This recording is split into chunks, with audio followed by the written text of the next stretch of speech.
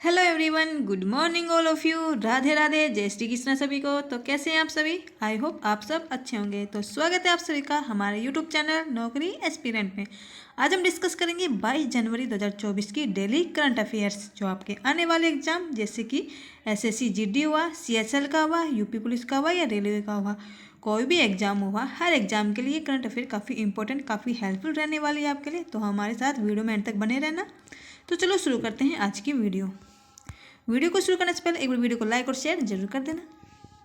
यह था कल का क्वेश्चन, जिसका आंसर आपसे पूछा गया था। क्वेश्चन था कि किसे दिसंबर माह 2023 के लिए ICC player of the month के लिए चुना गया है। आंसर था पैट कमिंस को चुना गया था। अब हम देखते हैं 21 जनवरी 2024 के रिवीजन क्वेश्चन। किस राज्य के मोहाली में पहला मदर मिल्क बैंक स्थापित किया गया है? पंजाब राज्य में। किस राज्य में 206 फीट ऊंची स्टैच्यू ऑफ सोशल जस्टिस प्रतिमा का उद्घाटन किया गया है? तो ये किया गया है आंध्र प्रदेश राज्य में। किस राज्य के पोलाची में इंटरनेशनल बैलून फेस्टिवल का 9वां संस्करण शुरू किया गया है? तो ये शुरू किया गया है तमिलनाडु के पोलाची में। किस राज्य के कच्ची खरे खजूर को जीआई टैग का दर्जा मिला है? तो वो मिला है गुजरात राज्य के। किस देश में 19वां गुट निरपेक्ष आंदोलन शिखर सम्मेलन आयोजित किया गया है? तो ये किया गया है युगांडा देश में। महतारी वंदना योजना हाल ही में किस राज्य सरकार द्वारा शुरू की गई है? तो ये शुरू की गई है छत्तीसगढ़ राज्य सरकार के द्वारा। आईआईटी मद्रास ने इमोबिलिटी सिमुलेशन लैब लॉन्च करने के लिए किसके साथ हाथ मिलाया है? तो वो मिला है अल्टेयर के साथ। हाल ही में पूर्वी नौसेना कमान के चीफ स्टाफ अफसर के रूप में किसे नियुक्त किया गया है? शांतनु झा को। एप्पल 2010 के बाद पहली बार किस को पछाड़कर शीर्ष स्मार्टफोन निर्माता बनी है? तो वो बनी है एप्पल, सैमसंग को पछाड़कर। भारत का पहला 3D शहरी स्थानिक डिजिटल ट्विन विकसित करने वाला शहर कौन सा है? तो वो है वाराणसी शहर। अब हम देखते हैं हमारी आज की करंट अफेयर्स। हमारा फर्स्ट क्वेश्चन है इसका। केंद्रीय आयुष मंत्री सर्बानंद सोनोवाल ने किस शहर में आयुष दीक्षा की आधारशिला रखी है? तो बताइए फ्रेंड्स, किस शहर में रखी है आयुष दीक्षा की आधारशिला? तो आंसर हो जाएगा इसका बी, भुवनेश्वर शहर में। और किसने रखी है ये? आयुष मंत्री सर्बानंद सोनोवाल ने। जो केंद्रीय मंत्री आयुष मंत्री है सर्बानंद सोनोवाल, उन्होंने भुवनेश्वर में, उड़ीसा के जो भुवनेश्वर शहर में आयुष पेशेवरों के लिए, जो आयुष पेशेवर है, काम करने वाले कर्मचारी हैं, उनके लिए मानव संसाधन विकसित करने के लिए आयुष दीक्षा की आधारशिला रखी है। कहाँ पर रखी है? भुवनेश्वर में। और किसने रखी है? तो आयुष मंत्री सर्बानंद सोनोवाल ने रखी है। और आपको बता दें, ये आयुष दीक्षा जो केंद्र खोला गया है, इसकी आधारशिला रखी है। इसको विकसित करने में 30 करोड़ रुपए की लागत लगाई गई है। कितने रुपए की लागत से इसको विकसित किया गया है? तो 30 करोड़ रुपए की लागत से आयुष दीक्षा केंद्र को विकसित किया गया है। अदर इंपॉर्टेंट न्यूज देखते हैं। केंद्रीय मंत्री अमित शाह ने किस राज्य के द्वारका में national academy of coastal policing campus की आधारशिला रखी है? तो रखी है गुजरात राज्य के द्वारका में। केंद्रीय गृह मंत्री अमित शाह ने किस राज्य के धारवाड़ में राष्ट्रीय फोरेंसिक विज्ञान विश्वविद्यालय की आधारशिला रखी है? तो वो रखी है कर्नाटक राज्य के धारवाड़ में। नितिन गडकरी ने किस शहर में दुनिया के सबसे बड़े और अनोखे दिव्यांग पार्क की आधारशिला रखी है? तो वो रखी है नागपुर शहर में। किस राज्य के मुख्यमंत्री ने राज्य में श्री हनुमान लोक बनाने के लिए आधारशिला रखी है? तो ये रखी है मध्य प्रदेश राज्य के मुख्यमंत्री ने। नेक्स्ट क्वेश्चन देखते हैं। जातिगत जनगणना शुरू करने वाला दूसरा भारतीय राज्य कौन सा बना है? तो आंसर दीजिए, कौन सा राज्य बना है जाति जनगणना शुरू करने वाला दूसरा राज्य? तो आंसर हो जाएगा इसका सी, आंध्र प्रदेश राज्य। जो आंध्र प्रदेश राज्य है वो जाति जनगणना शुरू करने वाला दूसरा भारतीय राज्य बन गया है। और बात की जाए पहले राज्य की, तो पहला राज्य कौन सा बना था? तो वो था बिहार राज्य। बिहार राज्य जाति जनगणना शुरू करने वाला पहला राज्य था। उसके बाद आंध्र प्रदेश राज्य ये जातिगत जनगणना शुरू करने वाला दूसरा राज्य बन गया। और इस जनगणना को शुरू करने का उद्देश्य क्या है? तो इसका उद्देश्य है जो SC ST और पिछड़े वर्ग के जो जाति हैं उनके अनुपात को निर्धारित करना इस जनगणना का उद्देश्य है। अदर इम्पोर्टेंट न्यूज देखते हैं। भारत का दूसरा सबसे लंबा केबल स्थित 8 लेन जुआरी ब्रिज किस राज्य में शुरू किया गया है? तो ये शुरू किया गया है गोवा राज्य में। उत्सर्जन व्यापार योजना लागू करने वाला भारत का दूसरा शहर कौन सा बन गया? तो वो बना है अहमदाबाद। अरुणाचल प्रदेश के बाद ई कैबिनेट प्रणाली शुरू करने वाला दूसरा उत्तर पूर्व राज्य कौन सा है? तो वो है त्रिपुरा राज्य। किस राज्य वन विभाग ने प्रोजेक्ट लोइन के हिस्से के रूप में बरदा वन्यजीव अभयारण्य को शेरों का दूसरा घर बनाने का प्रस्ताव प्रस्तुत किया है? तो क्या है गुजरात राज्य में। गुजरात राज्य के वन विभाग ने ये प्रस्तुत किया है प्रस्ताव। नेक्स्ट क्वेश्चन देखते हैं। किस बैंक ने नवीनतम mobile banking app money to India launch की है? तो बताइए फ्रेंड्स, किस बैंक ने लॉन्च की है ये? तो आंसर हो जाएगा इसका हमारा डी, ICICI बैंक ने। ICICI बैंक ने नवीनतम mobile banking app money to India को लॉन्च किया है, जो कहाँ पर है? कनाडा में है। अदर इम्पोर्टेंट न्यूज है। अमेरिका का कौन सा सबसे बड़ा बैंक वित्तीय संस्थागत विफलता के कारण बंद हो गया है? तो वो है सिलिकॉन वैली बैंक। किस देश ने पहली बार इस्लामिक बैंकिंग की शुरुआत की है? तो ये शुरुआत की है रूस देश ने। वित्त मंत्री निर्मला सीतारमण ने किस देश में भारतीय स्टेट बैंक की शाखा का उद्घाटन किया है? तो वो किया है श्रीलंका देश में। किस बैंक द्वारा IM एडार इज मी अभियान शुरू किया गया है? तो ये शुरू किया गया फेडरल बैंक के द्वारा। नेक्स्ट क्वेश्चन है। किस देश के मून मिशन स्पाइनर ने चंद्रमा पर सफलतापूर्वक लैंडिंग की है? तो किस देश के मून मिशन ने की है ये बताइए, जो चंद्रमा पर सफलतापूर्वक लैंडिंग की है? तो इसका आंसर हो जाएगा हमारा डी, जापान देश के। जापान देश का जो मून मिशन है जिसका नाम क्या है? स्नाइपर, उसने चंद्रमा पर सफलतापूर्वक लैंडिंग की है। और कब की है ये लैंडिंग? 19 जनवरी को। 19 जनवरी को जापान देश के मून मिशन स्नाइपर ने चंद्रमा पर सफलतापूर्वक लैंडिंग कर ली है। और जो जापान स्पेस एजेंसी है जिसका क्या नाम है? जक्सा। जापान स्पेस एजेंसी का नाम है जक्सा। उनके प्रेसिडेंट कौन है? हिरोशी यामाकावा। उन्होंने इस मिशन की सफल लैंडिंग की पुष्टि की है। उसके बारे में बताया है कि स्नाइपर चंद्रमा पर सफलतापूर्वक लैंडिंग कर चुका है। अदर इम्पोर्टेंट न्यूज देखते हैं। भारत ने किस देश को मिसाइल कॉर्वेट INS करपान उपहार देने की घोषणा की है? तो ये शुरू की है वियतनाम देश को। भारत का रक्षा मंत्रालय ने किस देश के MQ-9B सहस्त्र ड्रोन को खरीदने की योजना बनाई है? तो बनाई है अमेरिका देश के। किस IIT संस्थान ने क्लाउड सीडिंग के लिए परीक्षण उड़ान आयोजित की है? तो ये आयोजित की है उड़ान IIT कानपुर ने। किस शहर में भारत का पहला अंडरसी टनल का निर्माण किया गया है? तो ये किया गया है मुंबई शहर में। नेक्स्ट क्वेश्चन देखते हैं। फ्रेंड्स, आपसे रिक्वेस्ट है एक बार वीडियो को लाइक और शेयर जरूर कर देना, साथ ही कमेंट करके बताना वीडियो आपको कैसी लगी।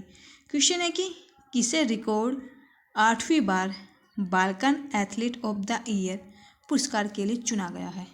तो बताइए फ्रेंड्स, किसे चुना गया है Balkan athlete of the year के पुरस्कार के रूप में?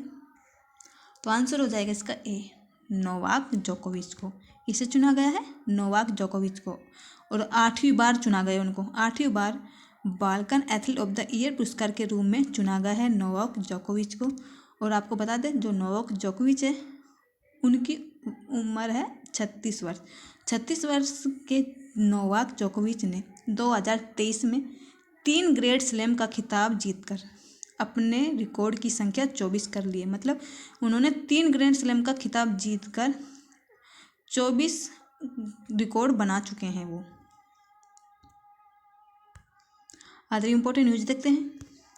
आरबीआई के किस गवर्नर को governor of the year award से सम्मानित किया गया है? तो वो है शक्तिकांत दास को। किस खिलाड़ी ने Laureus sportsman of the year 2023 जीता है? तो ये जीता है लियोनेल मेसी ने। किस भारतीय अमेरिकी चिकित्सक को young urologist of the year award से सम्मानित किया गया है? तो ये सम्मानित किया गया है नीता अब्राहम को।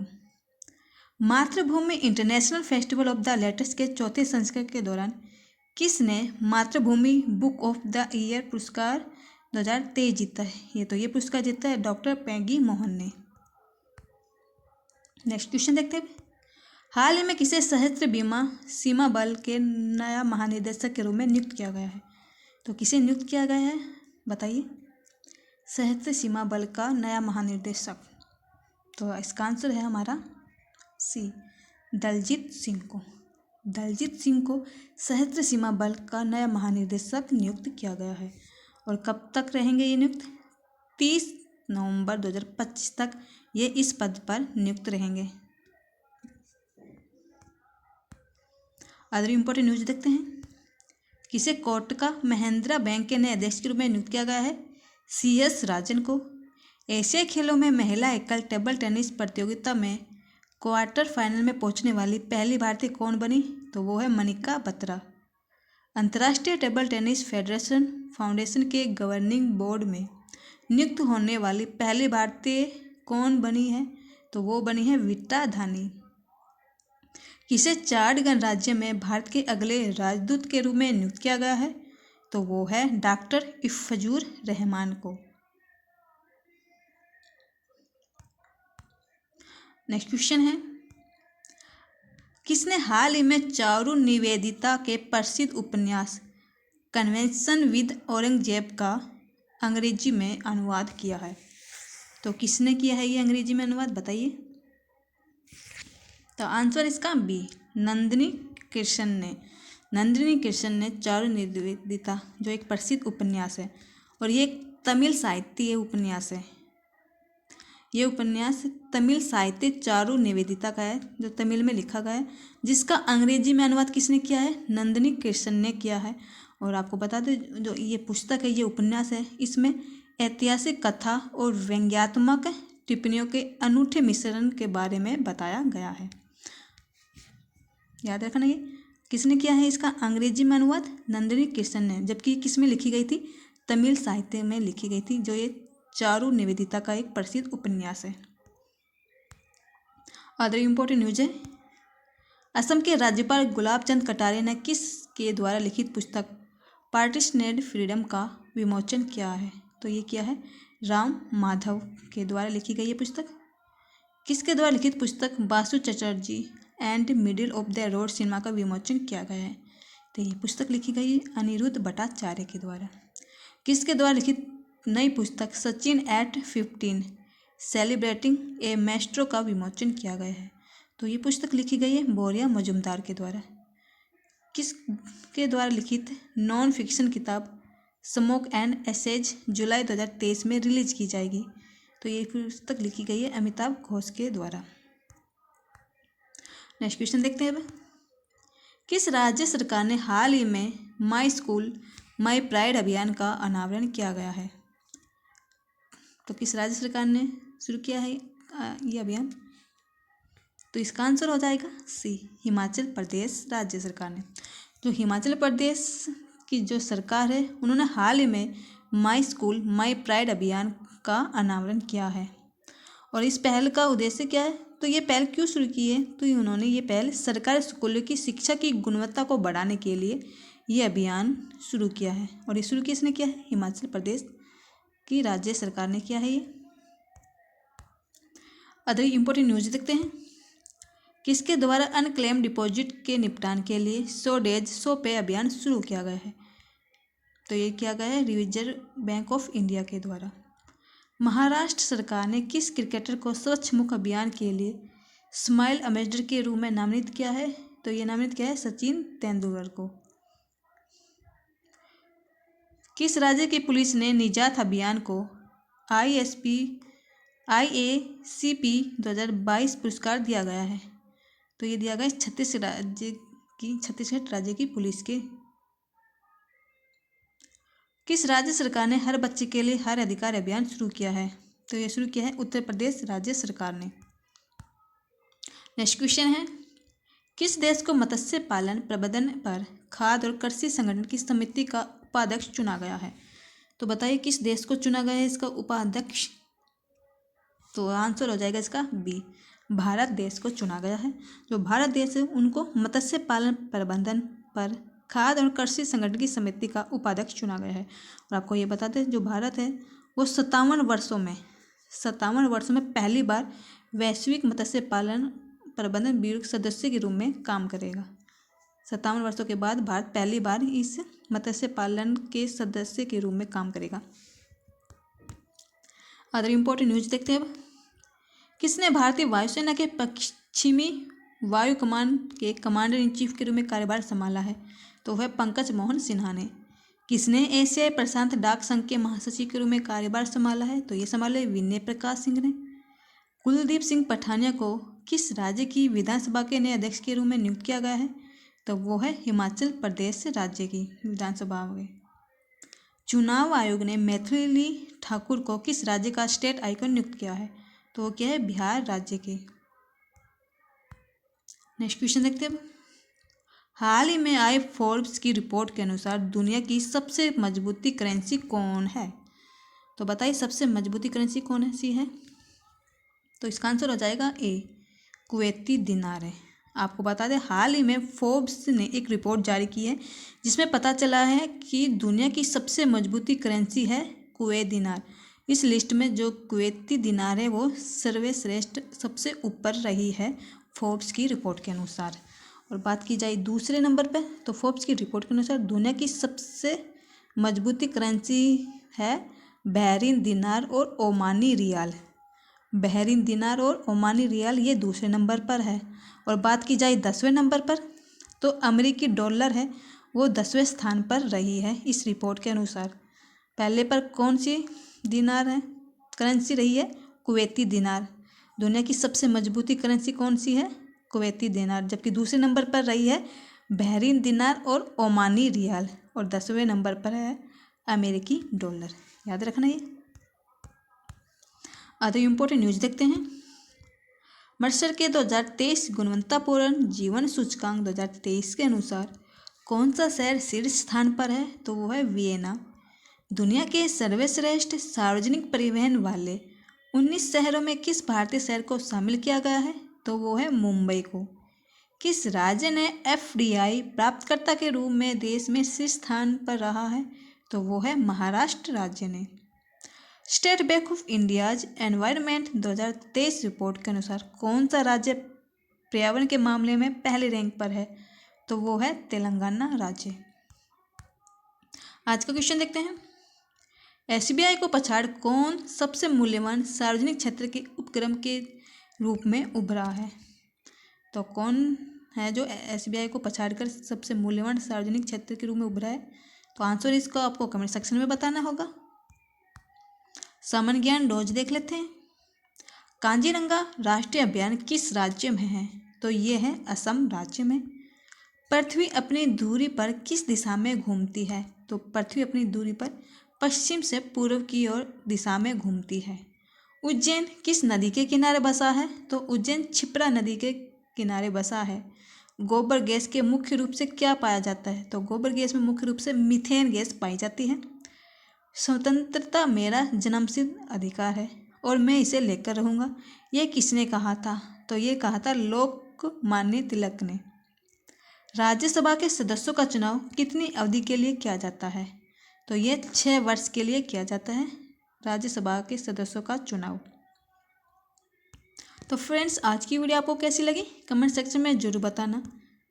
साथ ही वीडियो को लाइक शेयर सब्सक्राइब जरूर कर देना।